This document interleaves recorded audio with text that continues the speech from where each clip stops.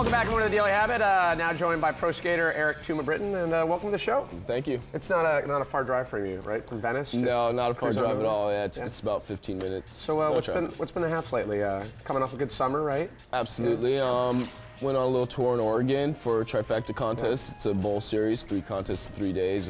Oregon's an amazing place. They got some ridiculous amount of parks up there. It's Absolutely. like the new, I guess, Mecca of sorts for parks. It's definitely a new Mecca for parks, and skateboarding in general. There's a lot of talent coming out of Oregon right now, and so people should, if you got a chance, take a trip up there and check out the scene. Speaking of all things talent, it's called 29.5 Seconds Satisfaction. Here it is.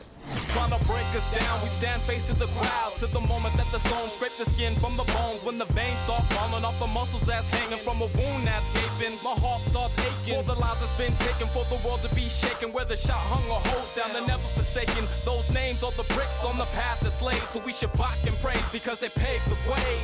I can't help but explode to this sound. I'm grown with this sound, behold with this sound. This is an offering up with this sound. Get up or sit down, only if it ain't loud enough. Then turn it up. 29.5 Seconds Satisfaction. I'm not gonna lie, smooth, very smooth. And you're kind of known for that, man. Just having that relaxed style, whether it be a frontside rock or a crail.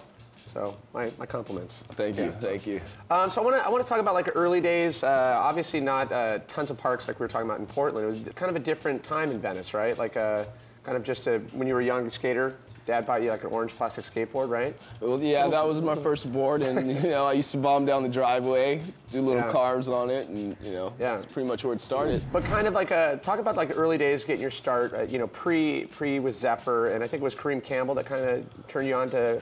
Was it with Zephyr? Actually, Santa Monica Airlines, right? I'm going back. Absolutely. Yeah. My first sponsor was Dogtown. I was just a little kid around the neighborhood, and all the Dogtown guys at the time, Aaron Murray, Eric Dressen, Julian Stranger, they all embraced me and got me on the team. And then about 17, 18, I started riding for Santa Monica Airlines, and Kareem Campbell and I were good friends, and he suggested to Skip that thought it was time for me to go pro. So. And Skip was all for it, Yeah, and it's cool that it's come full circle, back with Santa Monica Airlines now, right? Like it's been a cool journey. It's interesting to see like Santa Monica Airlines having a big resurgence right now. Well, it's a beautiful thing, and especially for me, having my first board with Santa Monica Airlines, like you said, and now, later in life, I'm back with them, and we're doing a lot of good things. We have a really solid team. There's me, Pat Noho, Bennett Harada. I believe Scott Oster's going to get a model, and I believe we're doing something with Steve Olson, so I think we're making a big, scare in the industry right now. No, and it's cool though. You see the reverence. There's definitely a respect for the guys, the veterans that have been around for a while. I mean, Pat, one of them being. It seems like he's, definitely out there. You get out with Pat at the park in Culver City. Oh, absolutely. Pat's all time, man.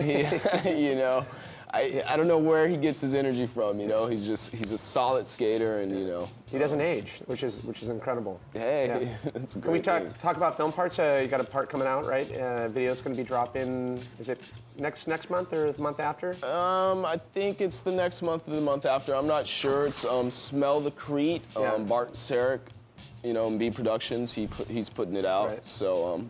We're looking forward to that. A lot of backyard, raw, hardcore skate footage. It's kind of we're talking about like the resurgence of like maybe the reverence, but also it seems like the skaters now they're forced to skate variety terrain, and now it's not just strictly handrails. It's kind of a cool aspect of skateboarding right now, right? It's a wonderful aspect of it because of all the parks that are coming out.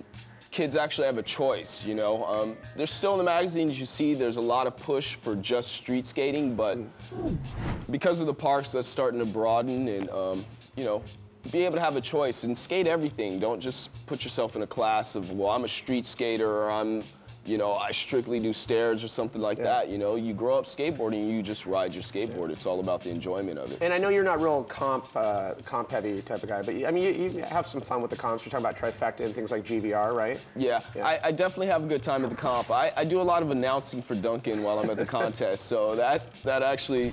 It's tough to fill his shoes, man. He's the voice. He's the best, Double D. So. All right. But, it's all about getting together with your friends and having a good time. You see a lot of people that you haven't seen throughout the year and, just hanging and enjoying and riding your skateboard. All right, we got more coming up with Tuma. You're watching The Daily Habit here on Fuel TV.